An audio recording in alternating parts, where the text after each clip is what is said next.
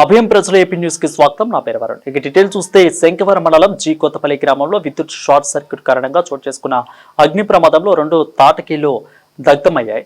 అయితే ఈ అగ్ని ప్రమాదంలో గ్రామానికి చెందిన గనుల పార్వతి అదేవిధంగా పల్లా లోవతల తల్లిల కుటుంబాలకు సర్వం కోల్పోవడంతో వారి కుటుంబాలు శాసనసభ్యురాలు పరువుల సత్యప్రభ రాజా ఆదేశాల మేరకు ఎన్డీఏ కుటుంబ శ్రేణులు ఈ రోజు పరామర్శించారు. ఇక ఈ అగ్ని ప్రమాదం సర్వం కోల్పోయిన బాధితుల కుటుంబాలకు అండగా ఉంటామని, ధైర్యంగా ఉండాలని, ప్రభుత్వం తరపున ఆదుకుంటామని కుటుంబ నాయకులు వారికి భరోసా కల్పించారు.